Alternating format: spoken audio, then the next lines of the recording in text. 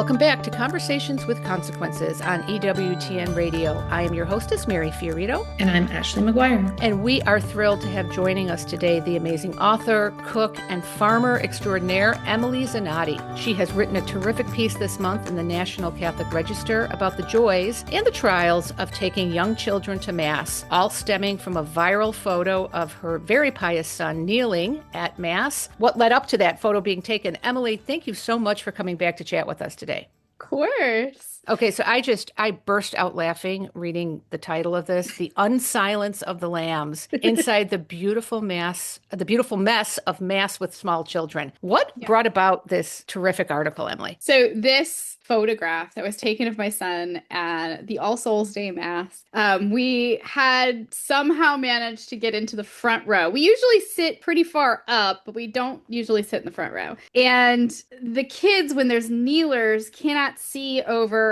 the edge of the communion rail. Oh, okay. I guess of it's the pew, or the communion rail. Yeah. Okay. And so they will have a tendency to go out into the aisle or over to one of the posts and stand there. And so that's what my child had done that day. After an extended fight with his brother, he decided he wanted to sit in the aisle. And the photographer for the Nashville Diocese snapped this beautiful photo of my son just looking up at the Blessed Sacrament with his hands folded. He just looked so pious, and it was like 3 seconds before I pulled him back into the thing because he made a run for the altar, and I had a feeling he was going to concelebrate, so I had to pull him back. Kind of like a modern day Dominic Savio or something. You know, St. Dominic Savio, who they always, the little boy who was so pious. And he just looked so pious and beautiful. And I thought, it might be a really cute idea for a story about all the things that happen in Mass and all the things we've been through with a bunch of kids under 6 that led up to this little beautiful moment. And actually, he then went back a couple days later and said that he wanted to dress as a priest for What Do You Want to Be When You Grow Up Day at school. So I feel like we do have these little moments of miracles, and it's just fun to kind of think about all the difficulties attendant of keeping little kids in Mass. It's something I very much understand. I have 5 young children. The youngest is 2. I feel like I'm in a perpetual scene from Groundhog Day where I'm like, one day I'll sit in Mass and listen to the homily. And I loved in your article where you talk about not being able to remember the last time you really listened to the homily. And thankfully we're there first and foremost for our Lord and the Eucharist. But I'm hoping you can settle a debate that my husband and I always have, which is, do you sit in the front or the back? I'm a back seat person. Okay. I like the easy exit. He's a front row person because he thinks that kids have a better view and that keeps them more dialed in. What do you say? So I have taken the cons of the front row, and we have decided that they are not as good as the pros. They constantly behave better if they're in the front row. So we've gone further back. We've gone in the back. There have been days where I think the Eucharistic procession last year was one of these where we get there just a teeny bit too late and we're all scattered sort of in the back. And every single time we've done that, it's just been a nightmare. Now, I don't know if it's just a nightmare because on that week they were not feeling it, and the confluence of chocolate donuts for breakfast and a fight in the car or whatever, but I think sitting up front has been much better for us. Unfortunately, it does mean that everyone sees you, everyone sees your kids. We do tend to sit toward the edge of the pew closest to the side aisle. So if we need to make a quick getaway, I can go out the side aisle and out the door. Or I can, wait till everyone's standing and we run out the back. So I still have an exit plan, but I do think that generally they're better when they're up front. But that's just my kids. I don't pretend to think anybody is in exactly the situation I am. Well, there's a third way that my mother was a great proponent of, which is you don't take your young kids to Mass. Like my mom was very pre-Vatican II, very old school. And she would be like, I think I complained to her one day when one of them did actually strip naked in the middle of Mass one time because her dress was itchy. And she said, listen, She said, Mary, adults have an obligation to hear mass, not to hear your children cry. And if they cannot behave themselves, you too can go to different masses. You do not live in the middle of, nowhere. You have a parish that has multiple masses a day. And she said, your father and I didn't go to mass together probably for 15, 16 years. Somebody took the 6 a.m. mass and then too, when my brother was an altar boy, sometimes he would get the earliest mass and little kid. So at any rate, her whole thing was the most important thing is that you all get to mass, not that you go together as a family and, not that it's this moment. And I know there's much more of an emphasis now on, families going as a family and that being a really important kind of bonding moment as a family. But I do sort of balance it against the actual obligation that we have, which isn't, required of children until they make their first communion. But then you can't just have them show up at the age of 7 and expect to know what's happening and how to behave themselves, et cetera, et cetera. Have you ever encountered that? My mother's particular, I think it's the greatest generation, right? And they're all slowly leaving us. But I just had a long talk with one of my cousins about this because she said it was just so customary that everybody just went to the mass that they could go to more or less. And we didn't have this whole this was never an issue earlier on, I guess, or seldom an issue. So I have run into that. I actually ran into that with a priest. When our children were misbehaving in a mass, he basically said at the end, they don't have to come if you don't want them to. And I kind of bristled about it because did he volunteer to babysit while you came? He did not volunteer to babysit. There was no indication that would be taken care of through the church funds, And we have had situations like here in Nashville, there is a traditional Latin mass, and for a while the church was under construction, so the mass was held in a ballroom on a second floor with a very rickety staircase, and we really couldn't bring little kids up that staircase because it would just create a bottleneck. Right. So there have been times where we have done that. But I also sort of think me growing up in the heyday of kind of the happy, clappy 90s Catholicism, my family really didn't go to mass together. My husband is an adult convert, so he had never had that experience. I just didn't know much about being Catholic. I was in college at a Catholic university on the campus of a mother house, and I didn't know anything about being Catholic. Yeah. And so when we set out, we were like, if I want my children to think of a vocation as a real job opportunity, like they think of doctors and firemen, well, they got to see it in action, and I gotta show them how to do it. And it sucks because some weeks they are disruptive.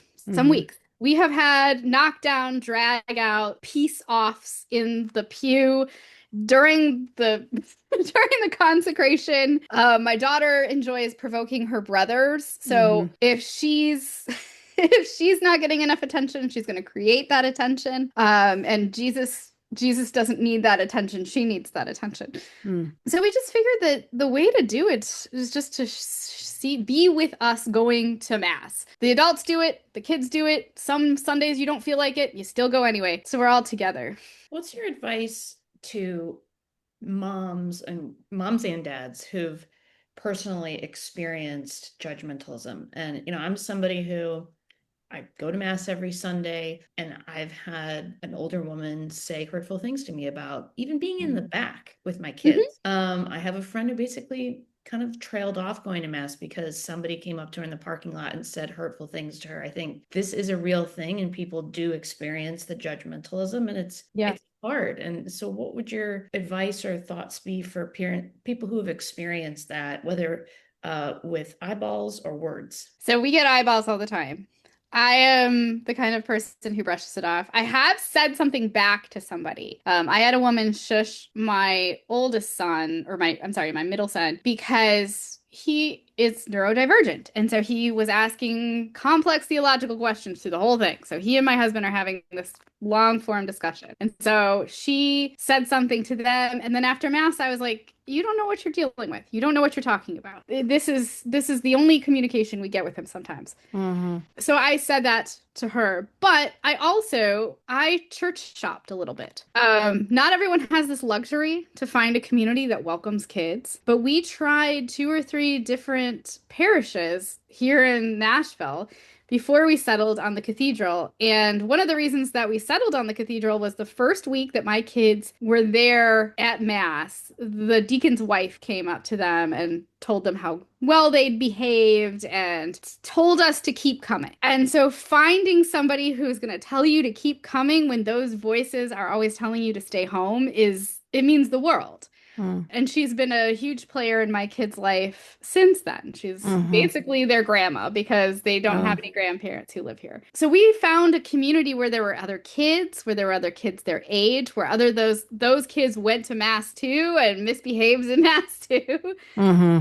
And the bottom line is if you don't have kids in mass, your religion isn't going anywhere. I know it's kind of trite, like if it's not crying, it's dying, but there are a lot of churches, even here, that you walk in and kids aren't welcome, but every single person in that church is probably over the age of 50. Mm-hmm. And then there's a reason why the place that we go and Our Lady of the Lake here in Nashville are just exploding. And it's because everyone loves having the kids there. Well, where do you stand on like cry rooms or in the alternative? And I think cry rooms really were kind of a thing of the 80s and maybe early 90s, and those are Yeah. you generally don't see them. We don't have it at my parish anymore at all.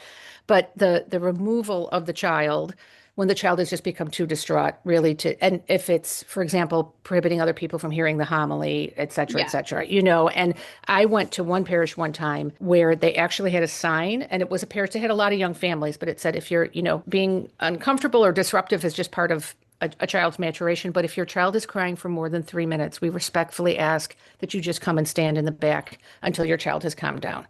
And I thought that was kind of an interesting way to handle it. How do you feel about that particular approach? I feel like that's the way I handle it without the sign. Like if it's just like It's the like normal it's stuff, they're smacking each other and they just need to be separated, Yes. or somebody has to go to the potty, but if we have a screamer, we have to leave. But you'd be surprised at the number of people.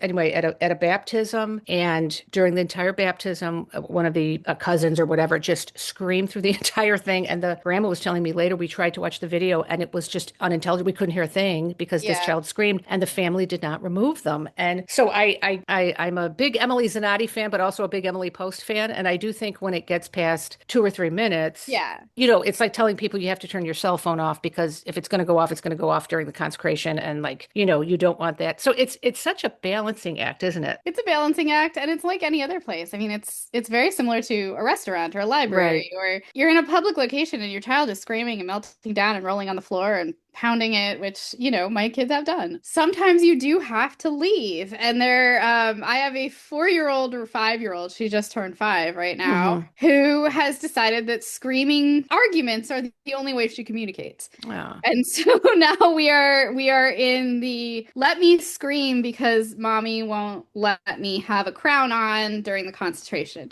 Right. So, I can't, everyone's praying. It's silent for a reason. We need to have a focus on Right. Christ. And when I am the one that's distracting from the focus on Christ, we got to go. And so we go to the women's bathroom and we have a chat and then we come back. But it's a balancing act. Like, you want to be there. You want to hear the words of the gospel, hear the Right. priest's homily, be there for the whole thing. And when you're under 6, you're in the trenches, man. Well, we had one experience where my girls were so bad through the whole mass, and there was a little couple, very short people from Italy. We're heavily Italian American, but also people from Italy parish. And at the end of mass, the husband turned around, and they were probably in their 80s easily, and he handed my husband a $20 bill and said, "Go get the kids some ice cream." And it was so Yeah. sweet. It wasn't judgy. It wasn't, he's like, "Why don't you take your kids and give them some ice cream?" And they still remember that. "Oh, Mom, that man was so nice. He wasn't mad at us." I'm sure that he didn't hear 3 words of the homily because but they both had hearing aids in. And anyway, so you do, like, I just kind of feel like those are angels in the flesh, sort of people Yeah. who welcome your children and help you to understand that this too shall pass as well. It's also a good problem to have. It means that we have kids in the Yeah. church. I feel like 20 years ago, we were not having these discussions about what it's like to have kids in mass. What does it mean? When I was in elementary school, we certainly weren't having these discussions. And I feel like now that we have more kids and more Catholics having kids, we do have this. There's no middle generation, I think. There's no continuation between the post-Vatican II Catholics, and there's this like sort of dead zone in my generation. The millennials, the children of the 80s and 90s, like I feel like there's this theological dead zone. And of all the kids that I went to Catholic school with, I think maybe 1 or 2 are still Catholic.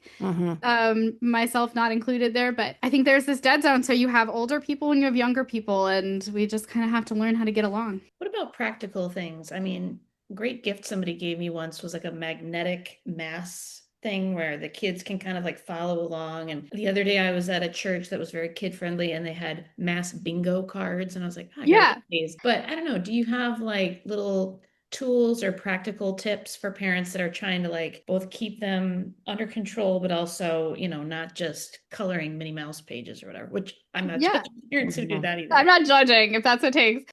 We've done Magnificid. Our kids really like that. That's for a little bit older. But in addition, there's like tons of kids books and kids coloring books, and we have like a father gets ready for mass book where it's a coloring book where he puts on his vestments and his vestments are different colors. We've just gone to the regular old Christian bookstore and gotten themed books. But one thing that I think made a huge difference in my kid's life when it came to mass was getting a home mass kit. And these are not expensive. You can get them on Etsy. You can get them at the Catholic bookstore. The one we have came from Shining Light Dolls, but it's a little wooden mass kit and the kids can say mass. And we've had mass. They go outside and they say mass for the chickens. They've used my coffee table to say mass for the dog.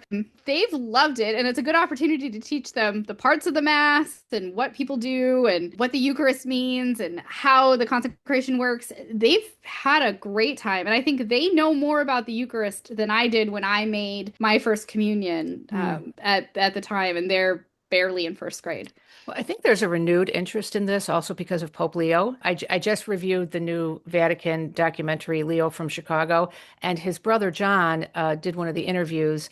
And they said, he has Necco wafers, which are kind of an old school candy for those who don't know, and his mom's ironing board. And he said they played mass every day. And he said, no, my brother didn't think that was play. He thought that was real. And so he would go to daily mass with his mom early in the morning, and then they would have their play mass with the ironing board. And I mean, my brother did that when we were kids as well. And then that really fell out of fashion or whatever. But now I think Pope Leo's really drawn a lot of attention to kids doing that. Yeah, my kids are little kids from Chicago.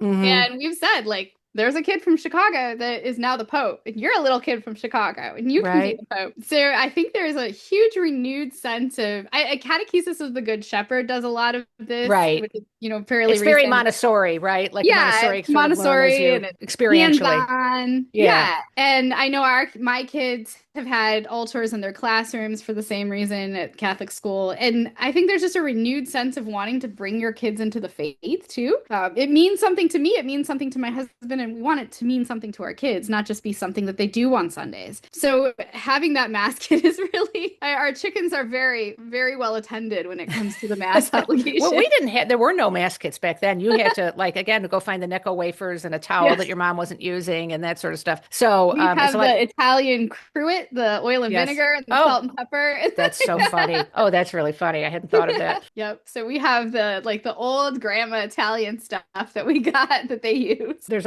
a time and a place for everything, right? And all these things, everything has, it comes back around, right? So, well, you know what? While we're wrapping up, just tell us a little bit about this meeting that the Holy Father, this digital meeting for teens that he's going to be having, and any thoughts that you have about that particular encounter with teens. Do you think that's going to be effective in the format they've laid out? I'm so excited for them. I think if I'd had the opportunity to do this, my husband got lucky enough to go to World Youth Day with Pope John Paul II.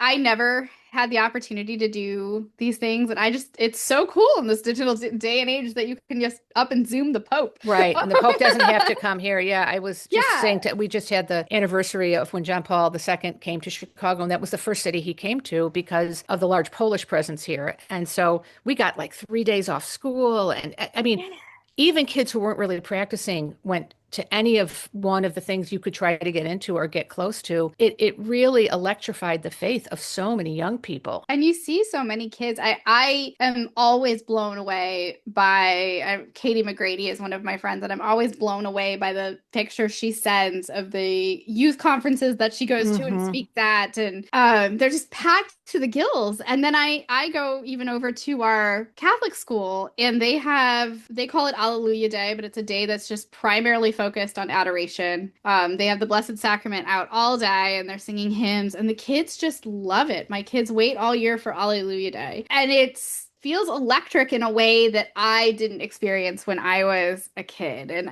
I grew up as an Italian Catholic. It's part of my blood, but it's just a new way to experience the faith through my kids. And I hope that this becomes a massive thing for them, and they know that they can talk to the Holy Father in a way that he's always been so distant from us.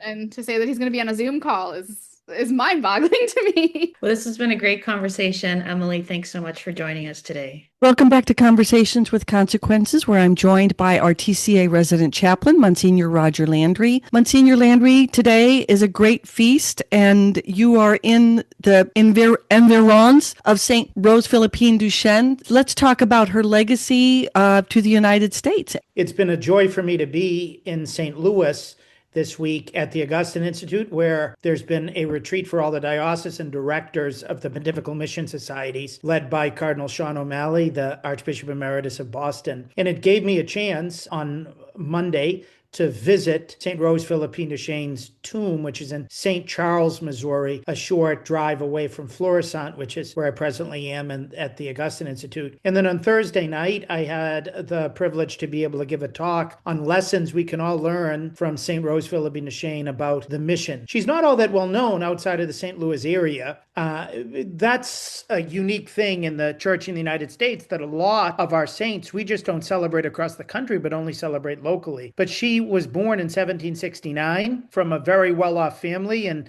the southeast of France in a place called Grenoble at the entrance to the French Alps. And she had become a visitation nun. St. Francis de Sales and Saint Jean de Chantal had founded the Visitation Sisters. But during the French Revolution, her convent was closed. She had to live at home with a few of her relatives who were visitation nuns. After Napoleon signed a concordat with the Vatican to allow them to get back to religious life, she couldn't save the monastery. But eventually she turned it over to St. Madeleine Sophie Barat from the Society of the Sacred Heart of Jesus. She became a sister together with St. Madeleine Sophie, and the whole rest of her life continued. She kept that cloistered sense of the importance of prayer, but she was able, as an active sister now, to fulfill eventually one of her great goals, was to go to the missions and help others to learn how to pray. And so when she was 49 years old, in 1818, she sailed across the Atlantic all the way to New Orleans, and she came up the Mississippi River to St. Charles, Missouri, where she founded the first free school west of the Mississippi. And she started a whole career of training young girls in the art of education. Eventually, when she was 72 years old, after she was no longer capable of the full-time grind of being a teacher, she went out to Sugar Creek, Kansas, to the Potawatomi. And anybody who's listening who knows Archbishop Chaput, even by reputation, the great former Archbishop of Denver and of Philadelphia, he was from that part of Kansas and a Potawatomi by descendancy. She went out there to evangelize the Potawatomi. Even though she didn't know the language, she was able to teach them about the importance of prayer. And so she was famous for going into the teepee where there was the Blessed Sacrament and eventually a building, kneeling down all night. The young Indian girls would quietly come on in and put stuff on the back of her sweater to just see whether she would actually lie down in the middle of the night. And then they'd come in the morning and they'd look, and exactly where they had placed what they had put on her sweater was where it was. And so they made up a nickname for her, which I think is one of the most beautiful nicknames anybody could ever have. Kwakahadnumad, which means the woman who always prays. And after a time out there with the Potawatomi, she came back to St. Charles, Missouri, where she died in 1852. But for the whole rest of her life, she was Kwahakadnumad. She was the woman who was always praying, because mission work begins first and foremost with praying to the harvest master to send laborers for his harvest. And that's one of the reasons why St. Therese Lisieux, for example, is a co-patroness of the missions, because she supported them by her prayer. And St. Rose Philippine Duchesne, that great missionary, teacher, and catechist, was more than any other thing someone who teaches us how to pray for the missions. And so it was a great joy for me. Well, as a person who had an aunt who was a Sacred Heart nun, I have a special affection for St. Rose Philippine as well. So this Sunday, we have a special feast coming up. So the end of the church's liturgical year is always the solemnity of Christ, King of the universe, that all of the church's liturgical year is meant to prepare us for the end of time. In November, we particularly focus on the four last things. And what's going to happen is Christ's triumph will be known to everybody. That's why it's important every year. But this year, it's especially important, not just because it's happening during the Jubilee of Hope, but because it was made a feast during the Jubilee of 1925 by the great missionary Pope Pius XI. So this year, we're marking the 100th anniversary of the establishment of the solemnity of Christ the King. And so we need to put a little bit of extra effort into this. He decreed this feast in 1925 after the work of the Bolshevik communists, after all the martyrdoms that were taking place in Mexico, trying to eliminate Christianity with this militant secularism. And Pope Pius XI wanted everybody to acknowledge and to strengthen Catholics, particularly in our knowledge, that Christ was indeed king. He was a king who allowed himself to be crucified in order to reign, but he will reign forever and ever, as Handel's great Alleluia reminds us. And so this Sunday is a great opportunity for us, celebrating 100th birthday of the feast, to say, is Christ really the king of my mind, the king of my heart, the king of my will? Is he the king of my pocketbook or wallet? Is he a king of my time? Is he a king of my affections? Is he the king of my family? Are we at least treating Christ as our king? Are we meaning the words, thy kingdom come? Are we seeking to follow him, or are we seeking to displace him from his authority? These are all big questions for us to have, because the way we're going to convert the whole world to Christ is when we're able to recouple those two prayers in the Our Father that Jesus taught us, one right after another. When we say, thy kingdom come, what we are essentially saying is, thy will be done on earth as it is in heaven. Christ's kingdom, which is already among us, is entered into when people seek to do the Lord's will, not just because he said it, but do it with love because we trust him and we want to please him. And we really believe that he's showing us the path to true happiness. And so we celebrate all of these things this Sunday. But happy 100th anniversary, Betsy. Thank you. And I will remind you, since this is a St. Louis-centric podcast today, that one of my favorite hymns, To Jesus Christ Our Sovereign King, was written by Monsignor Hellriegel, who was here in St. Louis. To Jesus Christ, our sovereign King, who is the world's salvation, all praise and honor do we bring with glad adoration indeed. Happy solemnity, Betsy. Thank you, Monsignor.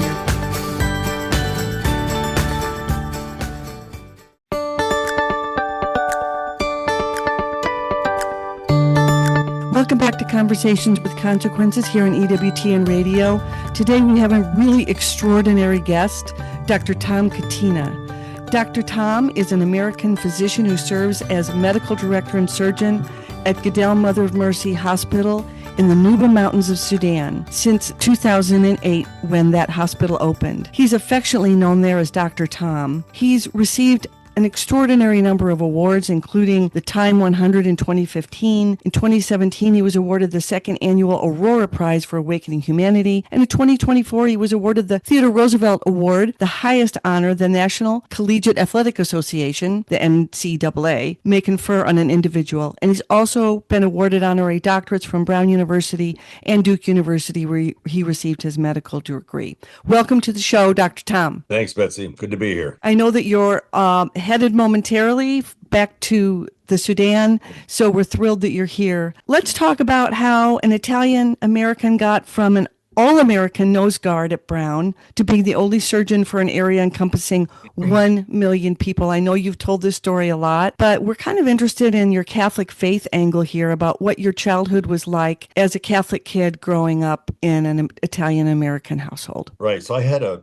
pretty standard, I'd say, upbringing. 6 siblings, big Italian American family. My dad was a daily communicant. My mom was always a devout Catholic. I think I told you before that my mother had kind of a weird detour into I guess more or less the occult. There was a guy named Edgar Cayce's back in the I think it was back in the 70s and 80s. You know, it's funny because she went to mass with us every Sunday and she maintained her Catholicism, but she kind of veered off into the occult. And thanks be to God, she came back to the faith kind of through evangelical Protestants. And I think, if I remember correctly, she came back to the Catholic faith through Mother Angelica on EWTN. She was always watching her show, and then she got back into the Catholic Church and became a very, very staunch Catholic. I think that foray into the occult really scared her and kind of scared her back into the faith, and she became a much more fervent Catholic after that. Growing up, big family. I was an altar boy, standard, going to church every weekend. But the public high schools didn't benefit from a Catholic education. Well, it's kind of interesting because you sort of had a reawakening through a non-Catholic organization, Campus Crusade for Christ, in college. Yeah, well, I was in college. I was kind of like my mom. I was going to church every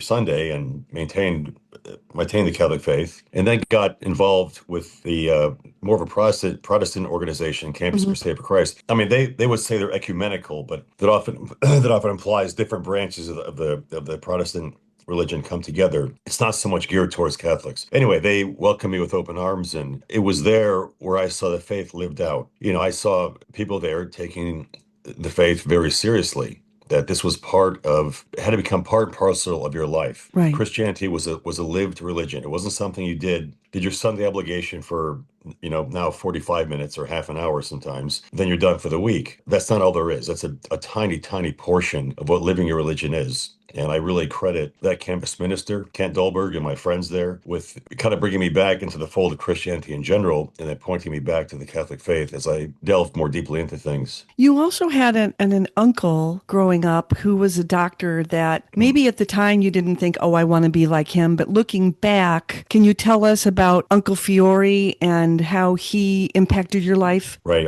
So Fiore Pipito was the general practitioner in my hometown, and he was an old style doc. When he first came up, an Italian immigrant, came from Sicily, did his medical studies in the U.S., was an army doctor during World War II, came out and set up practice in my hometown in the late 40s, 50s. And he was there for 50 years as the hometown doc, and he did everything initially. Took care of kids, old people. He did surgery. And when I saw that, I thought that's what doctors did. And although in my formative years, I didn't want to be a doctor, in the back of my mind, I thought that's, if I ever do this or whatever kind of work I want to do, I like that idea. You're a generalist, you kind of do bits of everything, and you integrate yourself in the community. You're the person that people come to when they have problems. You're kind of the go-to person for that area. That idea of the small town doc, I found very appealing.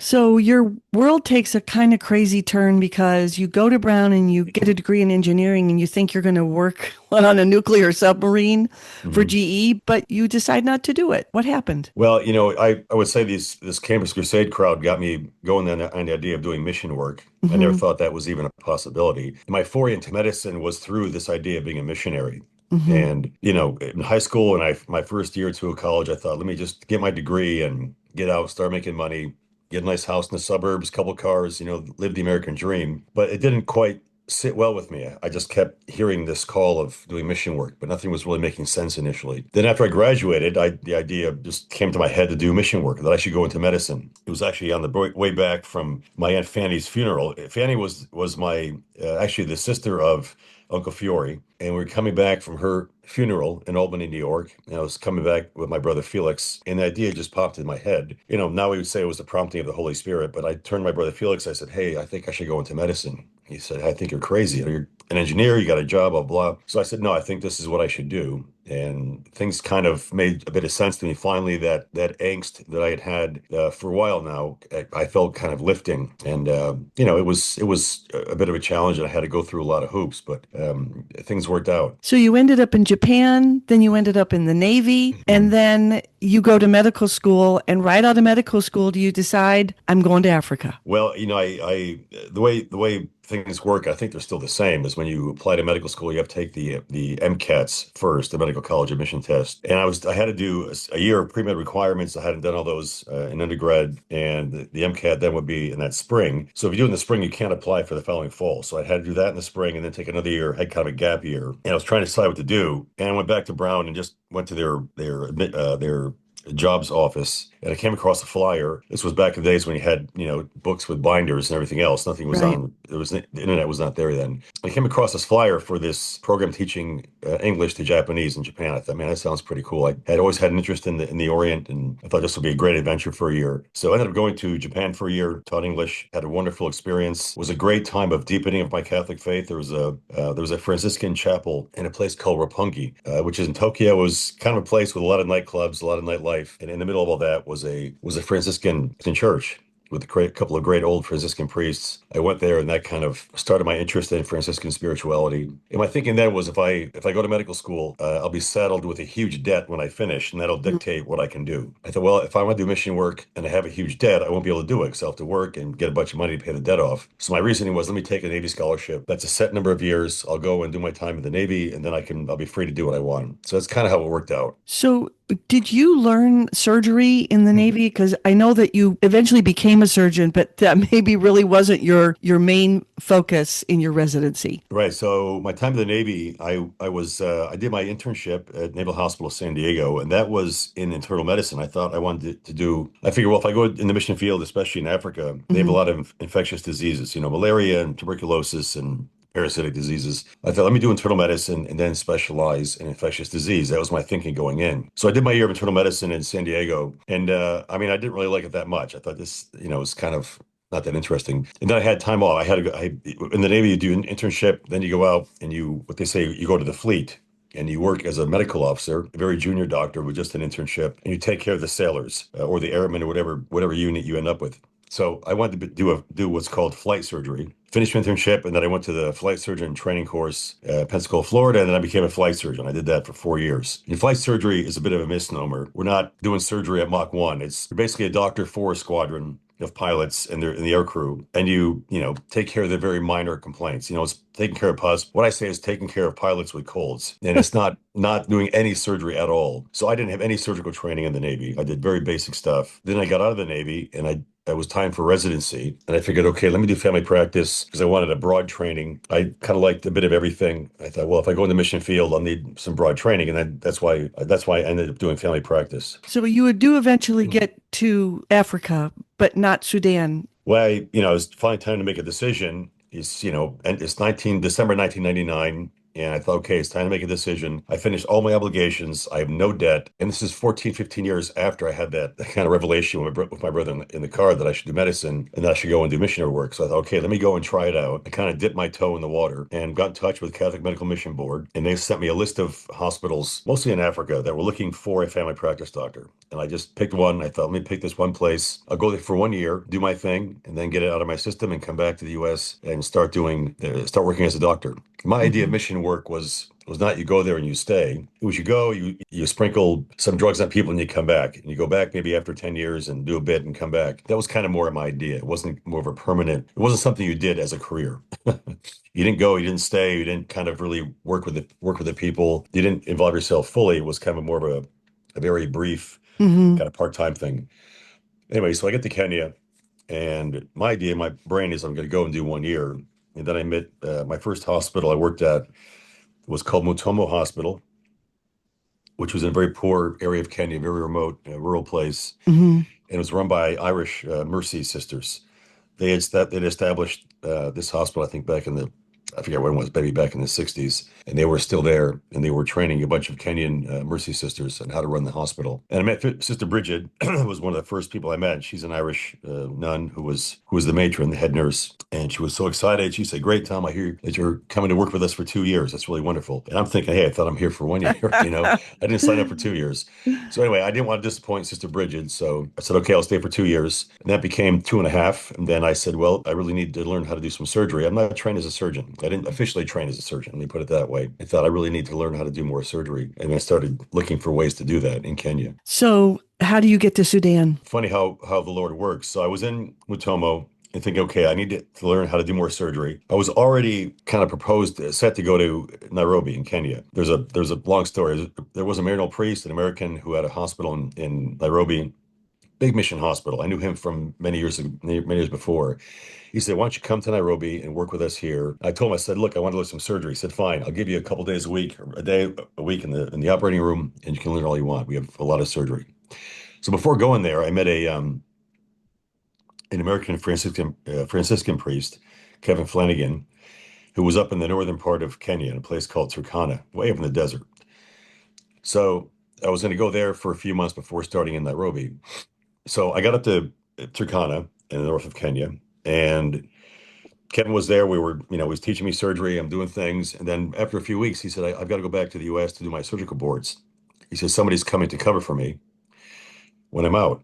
And it was the person coming to cover was Dee Dee Byrne, who is now Sister Dee Dee Byrne. And at the time, she was just Dee Dee. And I was talking to her about Sudan. And I kept hearing about Sudan, that it was such a challenge. I said, I'd like to go there and work someday. And she said, hey, I know a bishop who was building a hospital there. So Dee Dee connected me to Bishop Mekhem Gassis, who by chance had a office in Nairobi. He was living there in exile from Sudan. So I went to Nairobi. I was supposed to go there anyway. Started working at this mission hospital in Nairobi.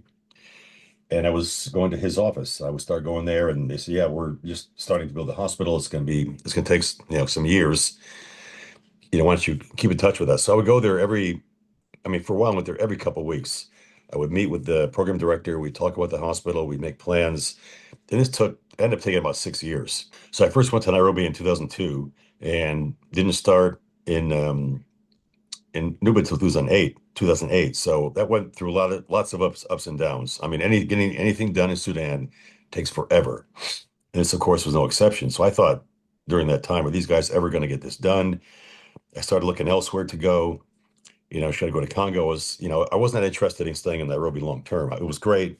My time in Nairobi was really necessary. I learned pretty much all the surgery I do now.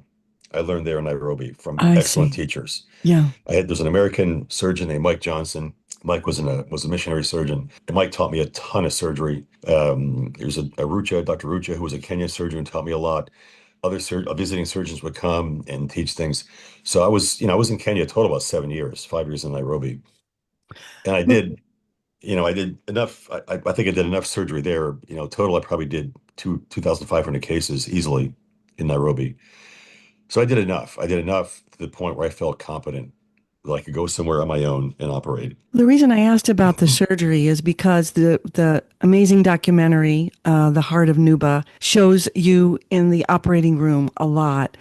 And because Sudan has been at war most of its existence, that's a big part of what you have to do is deal with people who have been hit by shrapnel and all kinds of things. So their government subjects the people to starvation, sickness, and war. How do you keep your wits and your strength about you when you know that this is a country that's waging war on its own people? My take on it is a lot of things we have no control over. It's, Mhm. a lot of things are political. Political environment in Sudan is terrible. It's a total mess.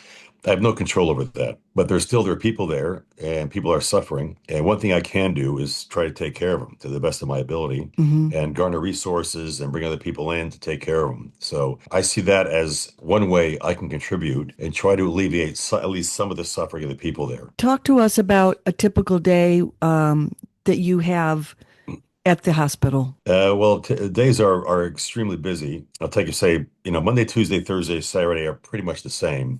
So I get up around 5:30 in the morning. I don't have an alarm clock. I haven't used one, I don't know how long, 25 years. And I just get up and then first light, I'm up. I get my wife and young baby up. He's about a year and a half. We have a little bit of something to eat. I'll go down to the hospital. Try to get there by a little before 7. We have a chapel right in the hospital grounds. We have our hospital shaped like a U, kind of in that middle courtyard. We have a small chapel. I'll try to get there by 7 and say some morning prayers. I try to say my rosary to just try to get the day going. Put my brain in the right mood for facing the challenges that I know will come that day. 7:30, we have a hospital chaplain that says mass every day from 7:30 to 8. So other staff come, some patients come. We have morning mass from 7:30 to 8. 8 o'clock, we start the we start the work in the wards, and I'll do the ward rounds. I'll start with the staff. We have PAs. We have 3 Nuba doctors that we're training, nurses, midwives. Start the rounds on the maternity ward. For the next 5 hours, I'll be doing ward rounds. Maternity ward, go to the female ward,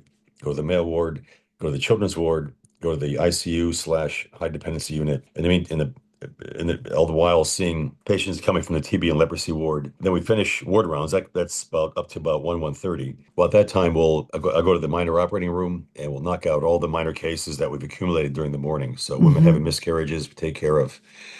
Abscess, needs to be drained. Bones need to be set. That's done then. And from there, a look at X-rays or X-ray units right there. Look at the X-rays that we've picked up during the morning, and then usually wrap up and go to the clinic. And I get to the clinic 1:32, maybe 2 o'clock, and then I'll see 50 patients in clinic. That'll take the rest of the afternoon. Finish up around 6:30, and then go and do my correspondence, emails, kind of administrative duties, and kind of limp home and have time with the family. We eat together and put the kids to bed, and then I take calls at night. Of course, I'm on call. Any emergencies that come at night, any surgical emergency, any obstetrical emergency, I've got to be prepared to take. So that's what I do at night. I've got some help. I've got the PAs do the primary call, and they'll they'll do that. There's always somebody else on call, so I'm kind of a backup person on call. That's a long day. That's a long week. The PA you talked about, you're trying to create a legacy that outlasts you. So can you talk about the St. Bakita Health Training Institute? It's such an interesting story that you're now trying to get native local people to eventually run the show. Right. So since we started back in 2008, we've been of the mind that we have to train the people there. This is part of what all mission hospitals do. I mean, I think it's like 40%, 40% of healthcare in East Africa is by mission hospitals. And mission hospitals traditionally come into a place, they set things up. In the old days, the Catholic mission hospitals would come with a whole team of sisters, and brothers, and they would have a whole cadre of health personnel. They set the place up, they start training. They train nurses, they would send people out for medical training. Before you know it, you had a full complement of locally trained staff. So we were kind of trying to follow that model from the beginning. So initially we were setting people out. We started with 15 local staff. The one with the highest education level had finished 8th grade. So there was not a single trained nurse, let alone doctor or midwife in the Blue Mountains, not one. The person with the highest education level was 8th grade, as I said.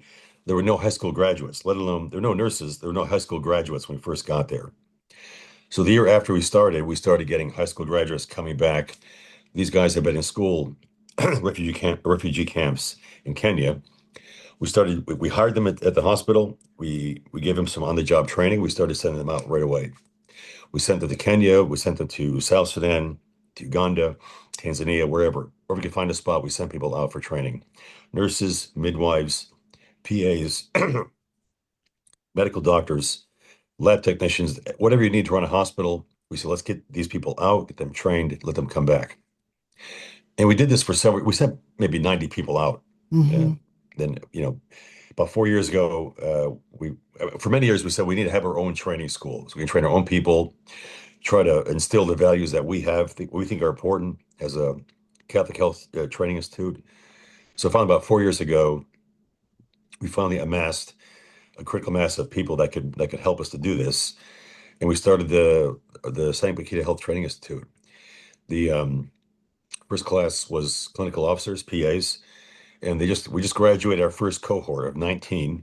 They graduated this June of 25, and they're now currently doing their internship with us. And that's been a huge boost. They're really good. They're well trained.